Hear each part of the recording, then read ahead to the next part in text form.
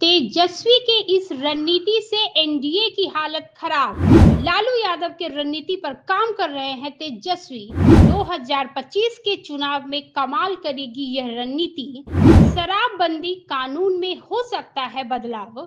नमस्कार दोस्तों, आप देख रहे हैं खबरी लाल लाइव। आज इस वीडियो में आपको नेता प्रतिपक्ष तेजस्वी यादव के खास रणनीति से आपको अवगत कराएंगे। दरअसल राजद सुप्रीमो लालू यादव के लिए सीमांचल हमेशा से एक राजनीति का केंद्र रहा है। अपनी सक्रिय राजनीति के दौरान लालू यादव ने सीमांचल को ध्यान में रखकर सत्ता के समीकरण तैयार किए। उन्हें अच्छी तरह समझ है कि बिहार की सत्ता तक पहुंचने के लिए सीमांचल की सीटें महत्वपूर्ण भूमिका निभाती है। अब बिहार विधानसभा चुनाव से पहले तेजस्वी यादव भी इसी रणनीति पर काम करते हुए सीमांचल में अपनी पकड़ मजबूत करने की कोशिश कर रहे हैं। सीमांचल में प्रभाव जमाने का मतलब है मुस्लिम वोटरों का समर्थन पाना, जो किसी भी दल के लिए बड़ा राजनीतिक लाभ हो सकता है। विशेषज्ञों का मानना है कि तेजस्वी के इस कदम से बिहार एनडीए के खेमे में तनाव बढ़ गया है। सबसे पहले जान लेते हैं कि तेजस्वी यादव ने सीमांचल को लेकर क्या कहा। तेजस्वी यादव ने कहा कि सीमांचल की हालत बहुत खराब है। यहाँ पूरा इलाका पिछड़ा हुआ है, खासकर गरीबी और पलायन इस क्षेत्र की बड़ी समस्या है।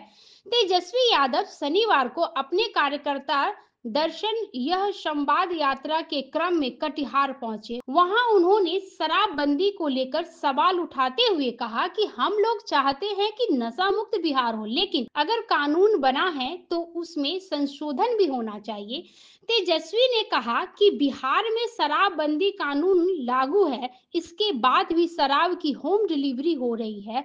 हम लोग चाहते हैं कि इस मामले में सभी लोगों को बुलाकर बैठक की जाए, सभी पार्टियों को बुलाया जाए और बैठक कराई जाए।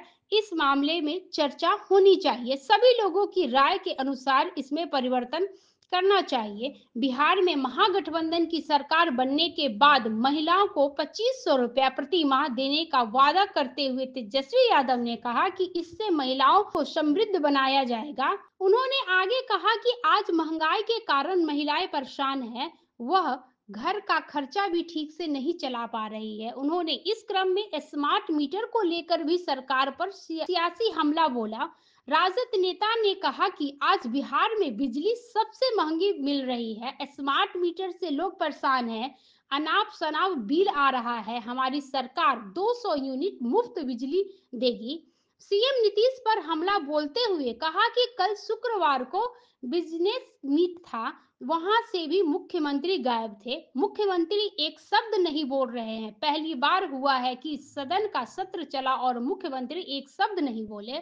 विशेषज्ञों का मानना है कि इन दिनों तेजस्वी यादव सीमांचल और मुस्लिम मतदाताओं के समीकरण पर खास ध्यान दे रहे हैं। राजनीतिक विशेषज्ञों के अनुसार सीमांचल और विधानसभा की 24 सीटें हैं और इस क्षेत्र के लगभग 60 लाख वोटरों में से अधिकांश सीटों पर मुस्लिम मतदाता निर्णायक भूमिका निभाते हैं। दूसरी ओर बीजेपी को अपने कोर वोटरों जैसे ब्राह्मण, बनिया और ओबीसी पर भरोसा है। हालांकि इस बार नीतीश कुमार एनडीए के साथ है, जिससे बीजेपी को उम्मीद है कि उनके कोर वोटर एनडीए के साथ बने रहेंगे, लेकिन मुस्लिम मतदाता मुख्य रूप से आरजेडी और ओवैसी के पक्ष में झुक सकता है। बहुत बहुत धन्यवाद।